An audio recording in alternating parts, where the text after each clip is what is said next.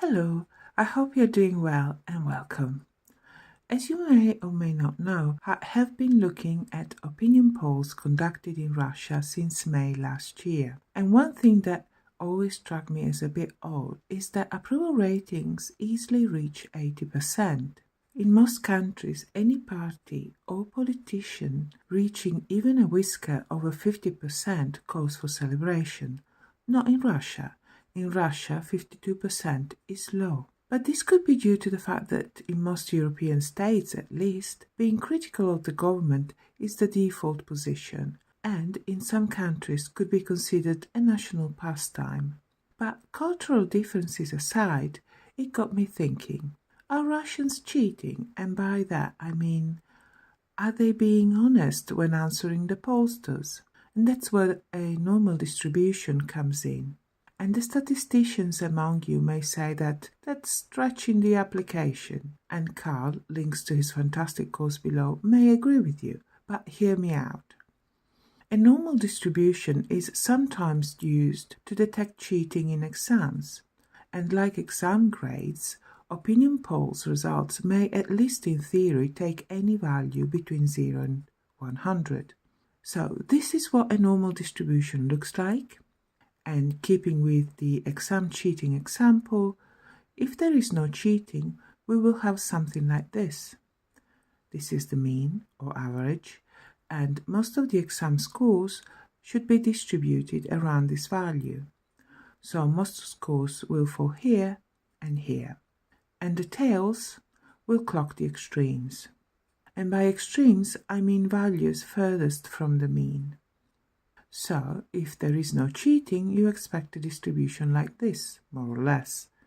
But if there were cheating, the distribution may look a bit like this instead. For example, this is a bit oversimplified, but it is enough to get us going. So let's take a look at 1 year worth of monthly results. Well, this looks like a normal distribution, but as I didn't want to check every year manually, I ran the Shapiro-Wilk test to identify which years have a normal distribution and which ones have not. And this is the result.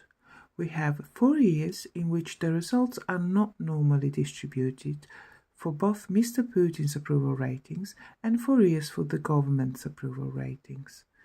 So let's make some spaghetti graphs and have a look. This graph is the one for the years that the test identify as normally distributed. To make it easier on the eye, I used the z-score to center the means, and here we go. That's not bad. Now I show you what a normal distribution graph for the years that are not normally distributed looks like. And yes, you can see that they do not fit the bell pattern.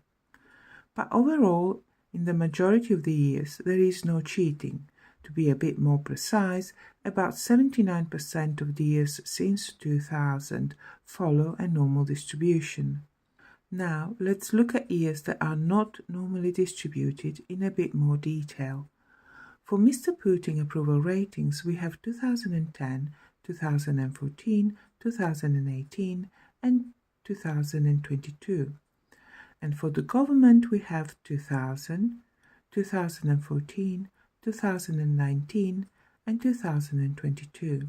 So, what might be causing the departure from a normal distribution? Well, I'll be honest with you, my first instinct was to look for acts of censorship and protests, and duly I began scrapping Wikipedia pages for censorship-related events, both in terms of legislation and actions. Links below. And protests since the 2000s, again from Wikipedia, links below. And I counted the occurrences of protests and censorship events year by year, and I got this. That I logged the years in which the opinion polls results are not normally distributed on the same graph, and yeah, even if you squint really hard, you cannot see a relation between protests, censorship events, and not normally distributed years. But I thought I would show you anyway, for completeness, but mainly because I spent half a day trying to fix my function to get the data off of Wikipedia. So my hunch completely crushed under the weight of no hint of a relation whatsoever, I moved on and looked for terror attacks again on Wikipedia pages. And then I graphed what I found. And again logged the not normally distributed years, and here we go. No need for squinting, there is definitely something there. And now I have to take you on the wobbly grounds of opinions. First, let's answer the question, do Russians cheat? In my opinion, they do not, at least when taking part in opinion polls, that is. But what do these results mean then? Well, I would guess that Russians close ranks when they feel under attack. Terrorist attacks can be perceived as attacks on Russia, and in my opinion, they trigger an us and them knee-jerk reaction, which I would argue shows up in the way people reply to the pollsters.